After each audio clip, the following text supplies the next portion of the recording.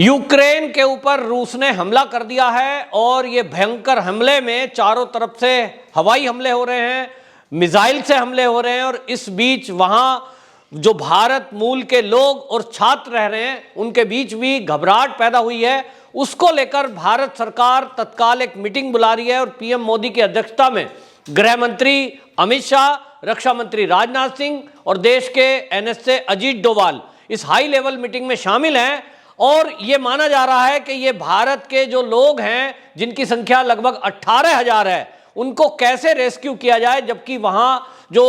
हवाई क्षेत्र है उसको बंद कर दिया गया है क्योंकि रूस ने युद्ध की विधिवत घोषणा कर दी है। और इस बीच जो यूक्रेन है वो ये चाहता है कि भारत इस बीच में मध्यस्थता करे और रूस को मनाए। आपको बताएं, भारत के अंदर रूस के जो राजदूत हैं इगर पोखिला, उन्होंने बाकायदा प्रधानमंत्री मोदी में आस्था जताई है और उन्होंने प्रधानमंत्री मोदी की तारीफ करते हुए कहा है कि हमारी पीएम मोदी से अपील है कि वो तुरंत रूसी राष्ट्रपति पुतिन और हमारे राष्ट्रपति जेलेंस्की के बीच बात करवाए। पीएम मोदी दुनिया के प्रभावशाली नेता हैं,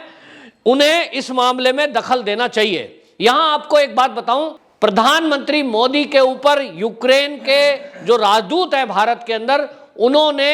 एक भरोसा जताया है और उन्होंने ये उम्मीद जताते हुए ये कहा है कि प्रधानमंत्री मोदी दुनिया के प्रभावी शक्तिशाली नेताओं में से एक हैं जिनके संबंध रूस के साथ हैं। और आपको बताएं, उन्होंने यहां यह भी जिक्र किया है, उन्होंने कहा कि चाणक्य नीति, भारत की नीति ऐसी थी जब दुनिया में कोई युद्ध नीति नहीं जानता था तब भारत इस तरह के कौशल को जानता था। और उन्होंने जिक्र किया कि ये आज की सभ्यता से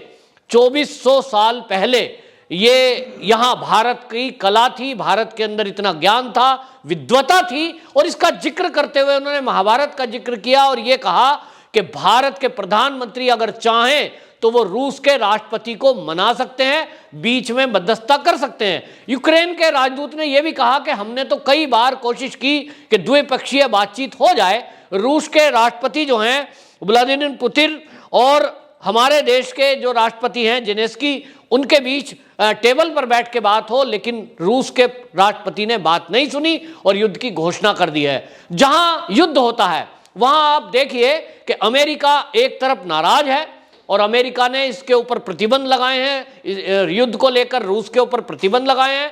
एक आहट ऐसी है कि कहीं ना कहीं तीसरा विश्व युद्ध ना छिड़ जाए, क्योंकि इस मामले में आप देखें कि देशों की लामबंदी हो गई है। जहां एक तरफ रूस के साथ चीन उसके पक्ष में खड़ा हो गया है, वहीं यूक्रेन के पक्ष में अमेरिका समेत कई देश खड़े हुए हैं। और ऐसे में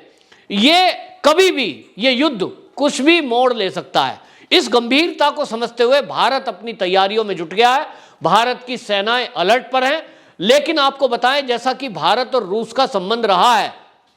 वो सब दुनिया जानती है कि भारत और रूस के संबंध बहुत बेहतर हैं। खास तौर पे प्रधानमंत्री मोदी 2014 के बाद से, जब से प्रधानमंत्री बने हैं, उसके बाद से रूस से संबंध और बेहतर हुए हैं। और इसी का जिक्र यूक्रेन के राजदूत ने किया है कि भारत के जो प्रधानमंत्री हैं इनके संबंध रूसी राष्ट्रपति से बहुत अच्छे हैं और दुनिया में अगर कोई ऐसा प्रभावशाली व्यक्ति है जिसका कहना मान सकते हैं रूस के राष्ट्रपति, वो है प्रधानमंत्री मोदी। तो मोदी जी में आस्था जताई है और इसीलिए आपको बताएं कि ये जो मीटिंग चल रही है ये दो मुद्दों पे बात कर रही है। एक तो युद्ध की स्थिति में भारत का रुख क्या होगा, क्योंकि ये सब लोग जानना चाह रहे हैं, यूक्रेन भी ये जानना चाहता है, वो एक तरफ मध्यस्थता चाह रहा है। और इसमें क्योंकि चीन का एंगल भी आ रहा है, आज जिस तरह से आजादी के नाम पर पहले अलगाववादियों को मान्यता दी, रूस ने अलगाववादियों की मदद की और उन्होंने बाकायदा, आपको बता दूं, वहां जो यूक्रेन की जो राजधानी है कीव, उसको घेर लिया है और उस तक पे हमला हो गया है। और अगर यूक्रेन की बात करें तो वो बेशक ये कह रहा है कि हम कड़ा मुकाबला करेंगे, लेकिन ये सब जानते हैं कि अकेला रूस से टक्कर लेना उसके वश में नहीं है और इसीलिए वो दुनिया की मदद मांग रहा है, जिसमें उसने भारत की मदद भी मांगी है। तो एक तरफ चीन खड़ा है रूस के साथ, वो अपने हित देख रहा है, वो ये चाहता है कि जिस तरह से अमेरिका है, अमेरिका दुश्मन है चीन का और वो ये नहीं चाहेगा कि अमेरिका का वहां दखलंदाजी हो या प्रभुत्व हो, और अगर वो सामने आया तो चीन और रूस मिलकर के अमेरिका का मुकाबला करेंगे, ऐसा माना जा रहा है। और यदि ऐसा होता है, ये युद्ध यदि आगे बढ़ता है, यदि देशों के अंदर तकरार बढ़ती है, तो ये बिल्कुल दो राय नहीं है कि ये तीसरा विश्व युद्ध होने जा रहा है। और तीसरा विश्व युद्ध का मतलब है कि अभी से पहले जो पहला प्रथम विश्व युद्ध हुआ, दूसरा विश्व युद्ध हुआ, उस टाइम तक उतने हमारे पास अस्त्र शस्त्र सेनाओं के नहीं होते थे, उतने एडवांस टेक्नोलॉजी सेनाओं के पास नहीं थी जैसी आज है। आज वो टेक्नोलॉजी, वो अस्त्र शस्त्र हैं कि दूर देश में बैठे हुए एक दूसरे देशों को तबाह कर दिया जा सकता है। और इसको लेकर के पूरी दुनिया के जो लोग हैं वो चिंताग्रस्त हैं कि युद्ध की दिशा में अगर देश ना बढ़ें तो ही बेटर है। तो क्या तीसरे विश्व युद्ध की ये आहट है? ऐसा माना जा रहा है कि जहां तक मध्यस्थता की बात है, और जैसा यूक्रेन के राजदूत ने भरोसा भी प्रधानमंत्री मोदी में जताया है, तो ये माना जा रहा है कि प्रधानमंत्री मोदी इस मुद्दे पर भी चर्चा विचार विमर्श अपने मंत्रालय के लोगों से कर रहे हैं। और एनएसए अजीत डोभाल जो हर भारत की मुसीबत की घड़ी में वो एक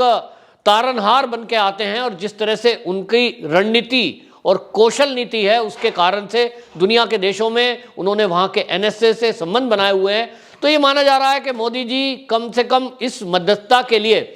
ये जिम्मेदारी अजीत डोभाल जी को सौंप सकते हैं, क्योंकि हमारे देश के 18,000 नागरिक, छात्र और जो नौकरी करने जाते हैं ऐसे लोग वहां फंसे हुए हैं, और उनको निकालने के लिए इस समय कुछ फ्लाइट भारत में आई थी जिसमें छात्र पहले लाए गए थे, लेकिन 18,000 संख्या जो है वो बहुत होती है, और जबकि हवाई मार्ग बंद कर दिया गया है। और ऐसे में क्या वैकल्पिक रास्ते हो सकते हैं, इस पर भी सरकार चिंतन मनन कर रही है। क्या बॉर्डर पार करके ट्रांसपोर्ट करके उनको किसी अन्य देश से जो लगती हुई सीमा है यूक्रेन की, वहां से उनको रेस्क्यू किया जाएगा? इन सब मुद्दों पर बात हो रही है। फिलहाल आपको बताएं, हमारे देश के विदेश मंत्री एस जयशंकर, विदेश मंत्री भारत के, उन्होंने ये बयान दिया है कि यूरोपीय संघ के एचआर वीपी जोसेफ बोरेल फोंटेल्स, उनसे इनकी फोन पर बात हुई है, और उन्होंने कहा है कि यूक्रेन में गंभीर स्थिति है, 18,000 भारतीय वहां फंसे हुए हैं, उनको लाने के लिए हमारी मदद की जाए। अगर हवाई मार्ग इसी तरह बंद रहा अगले कुछ दिनों, तो यहाँ जो परिवारजन है वो चिंता में है, और इसलिए वैकल्पिक रास्ता क्या होगा? तो वैकल्पिक रास्ता एक ही बचता है कि बॉर्डर पार करके उन लोगों को दूसरे देश से फ्लाइट के जरिए लाया जाए। और जहाँ तक यूक्रेन की बात है, वहाँ बॉर्डर भी सील कर दिए गए हैं, और बॉर्डर के ऊपर रूस की सेनाएं इस समय तैनात हैं, एक भी व्यक्ति को वहां से निकलने नहीं दिया जा रहा है। ऐसे में क्या भारतीय नागरिकों को रूस की सेना बॉर्डर पार करने देगी? ये एक बड़ा सवाल है। लेकिन जैसा मैं बता रहा हूं कि लोगों को भरोसा है कि मोदी जी हैं तो मुमकिन है, और ऐसा हमने पहले भी देखा है। 2014 के बाद से, जब से मोदी जी प्रधानमंत्री बने हैं, इस तरह से जो भारत के लोग देशों में अलग अलग जगह बसे हुए हैं, या कोई अपना व्यवसाय करते हैं, या पढ़ाई के लिए गए हुए हैं, जब भी इस तरह की परेशानी प्रॉब्लम आई है, मोदी सरकार उनके लिए संकट मोचन बन के उभरी है। कोविड टाइम में हमने देखा था, जब दुनिया में लॉकडाउन लग गया था, उस समय भी हजारों भारतीयों को इसी तरह रेस्क्यू करके लाया गया था। भले ही उस समय ये एक खतरा भी था कि कोरोना वायरस से जो पीड़ित हैं, जो ग्रसित हैं देश, वहां से अगर भारत में नागरिकों को लाया जाएगा तो भारत के लिए एक समस्या खड़ी हो सकती है। लेकिन भारत ने इसका पालन किया, अपने धर्म को निभाया, नागरिकों को रेस्क्यू करके लाया गया। ये बात अलग है कि उनको क्वारंटीन किया गया, फिर उनको निगरानी में रखा गया, और बहुत सारे लोगों को इलाज भी किया गया। भारत में कोरोना पहले नहीं था, उसके बावजूद भी वो बढ़ा, लेकिन भारत सरकार ने उस धर्म को निभाया कि अपने नागरिकों की सुरक्षा प्रथम है। इसी तरह अब भी हाई लेवल मीटिंग दिल्ली में चल रही है। माना जा रहा है कि जहां एक तरफ वो अपने नागरिकों की सुरक्षा पर चिंता व्यक्त करते हुए अगला कदम उठाएंगे, जैसा कि आश्वासन भी विदेश मंत्री ने दिया है कि हम आश्वस्त करते हैं कि भारत के जो भी लोग यूक्रेन में है उनको हम सुरक्षित, युद्ध होने से पहले या इस बीच में सुरक्षित करके भारत में ले आएंगे। दूसरी तरफ जैसा यूक्रेन के भारतीय राजदूत ने एक आग्रह प्रधानमंत्री मोदी जी से किया है कि वो रूस के राष्ट्रपति को मनाएं और युद्ध में मध्यस्थता करें, तो अब यह भी एक बहुत बड़ी बात होगी कि यदि मोदी जी के कहने से रूस के राष्ट्रपति इस युद्ध को टाल दें, रोक दें और कोई हल टेबल पर बैठकर इस युद्ध का निकल जाए, तो दुनिया की एक भारी तबाही होने से रुक जाएगी। वंदे मातरम।